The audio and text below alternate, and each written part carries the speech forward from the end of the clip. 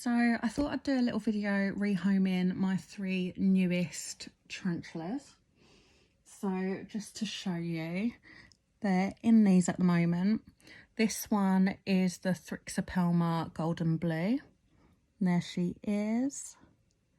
Absolutely stunning. Now this one and the next one that I'm about to show are a fairly new species. So not much is known regarding their care. The other one's buried in there at the moment. This one is a Theraphosidae Kingfisher. But yeah, both relatively new species. Not really come across them before in the hobby. So I'm just going to go with the basic sort of standard care with these. And then I also have a Davus Panama who's hiding in there, who I need to rehome too. So I have one of these spare, which is your standard little spiderling box. And I also have 2 4-ounce deli cups. Unsure what I'm going to put in what yet. But firstly, we are going to start with... Only thing is, I'm not really a fan of these pots. I find them a nightmare to open, as well as these. They're not too bad to open, but I find closing them can be quite tricky. But I have some Habitat spider bedding. I personally prefer using the Habitat spider bedding. I find it a lot better quality and it doesn't dry out as quickly either. So I'm just going to put a few spoonfuls in each. Not really ideal doing it over my bed, but we're making do with what we've got. So this one's going to be... I was going to put the Davus Panama in this one, but I'm not too sure. I'll have to have a look at the sizes first. And put a bit more in there for this one. And then once the soil is in there, I will pat it down a bit. Alright, that'll do for that one. Then we have the pots. Right, hopefully these won't tip over.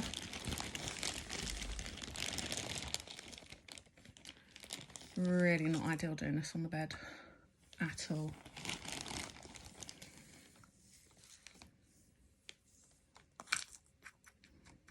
Might put a little bit more in those. Yeah, that'll do. Yeah, slightly covering the holes. I'll probably pop a few more holes in the lid just to be safe. A little bit more. I'll take that chunk of wood out. Alright, that'll do for those. So I'm going to pat that down. That way it makes it nice for burrowing.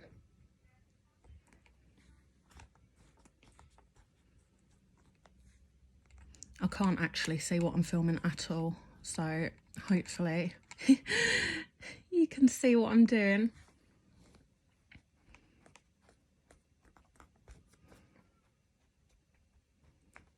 I do apologise if you can hear any background noise as well.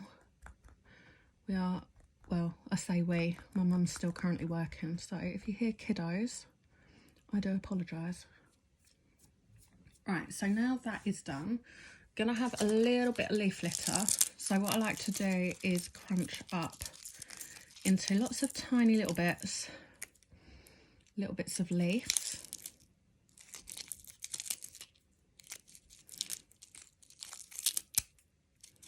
Especially for the smaller species, sometimes I find putting a whole leaf in there can be a bit much. I will possibly put a whole smaller leaf in there in a minute though.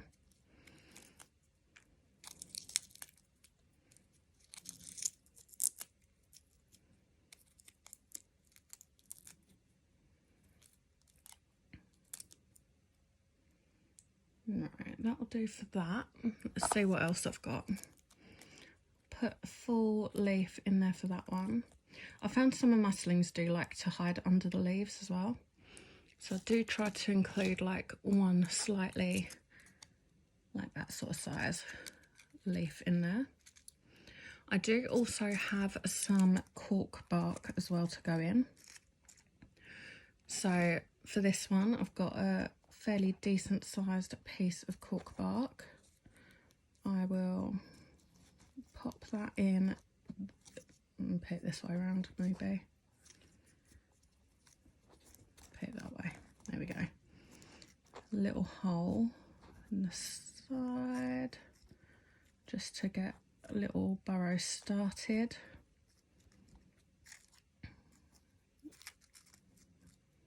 A little bit of leaflet of that side as well. And then I broke off a few bits of cork that might be a bit too big. Quite like that piece.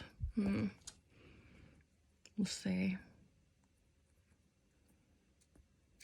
what works best. That one looks nice. I'll go with that one. Again, a little bit of a dig out. And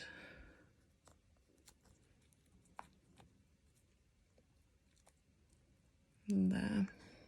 Again, dig it out a little bit around the sides.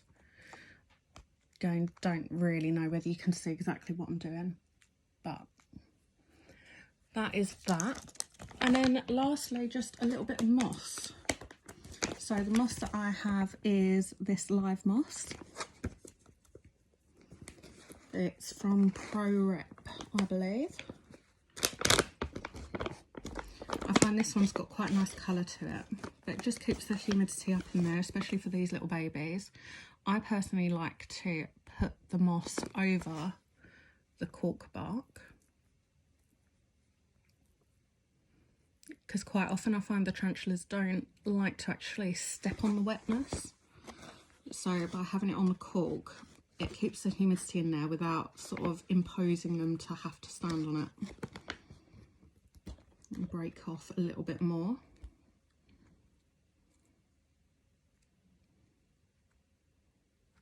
So that is the first one, all done. Then a little bit of moss in this one. Quite long strands of moss these. See if I can get a little bit of a chunk anywhere. That's a bit better. And pull that bit off. There we go. Nice bit there. Just break it up a little bit, spread it out. And then lastly, the bigger one.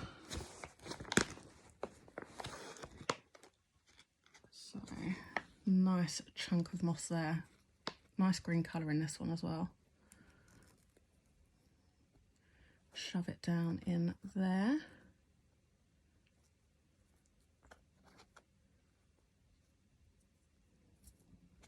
I've got to say, setting up enclosures is possibly my favourite thing to do. I just find it so therapeutic. And you sort of learn what works and what doesn't as you go along as well. So for me, this really works for mine, but it might not work for yours. Let me put a little bit more moss in the corner as well.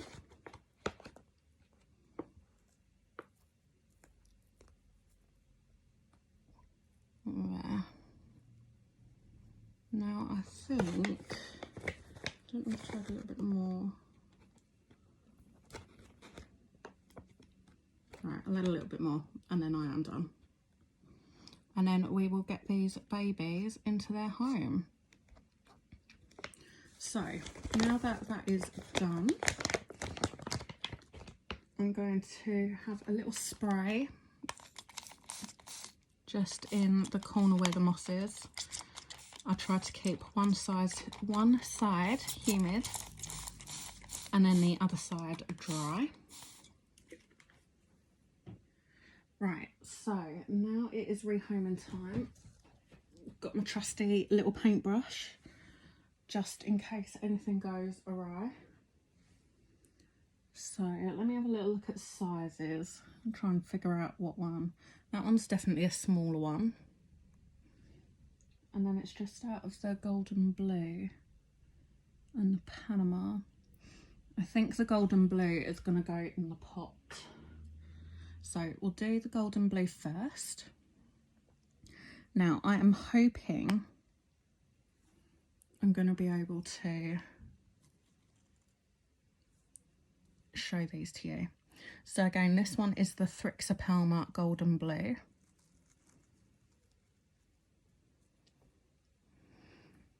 So I don't know whether you can see that. She is absolutely stunning.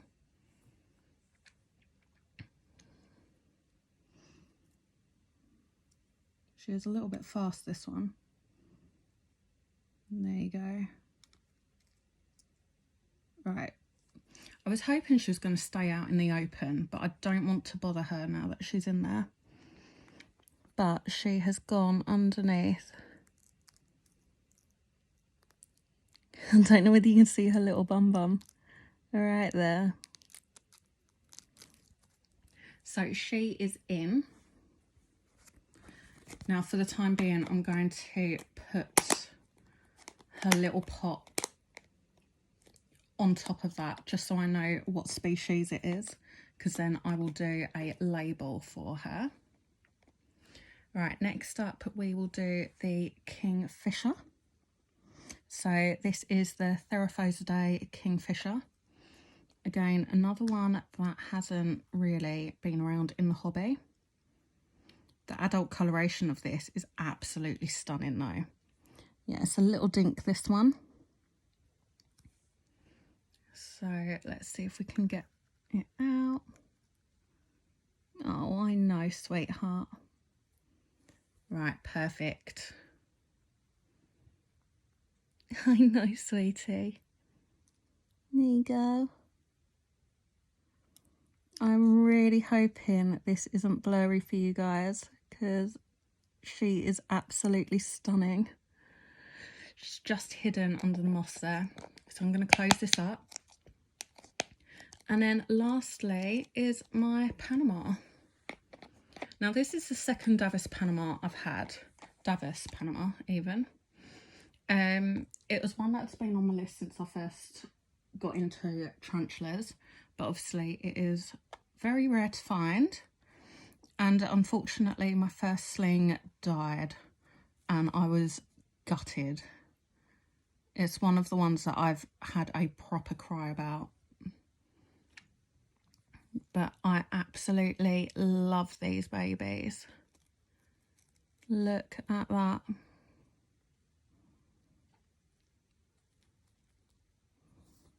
I'm really hoping it is not blurry right now. I honestly can't see what the hell I'm doing, but I really hope you can see her. And then we're just going to pop her in. These are a really docile species as well. It's one that doesn't really get too fast. There we go, sweetie. Now, I don't know about you guys, but I do give all of my names. So this one is imaginatively called Lava. A lot of thought went into that one. The Kingfisher one is called Kingsley. And then my golden blue is called Nutmeg. But yeah, so that is my little rehousing. And I will do labels for them. But yeah, I hope you enjoyed the video. I'm going to try and do some more videos going forward as well, if you enjoyed that. So yeah, see you soon.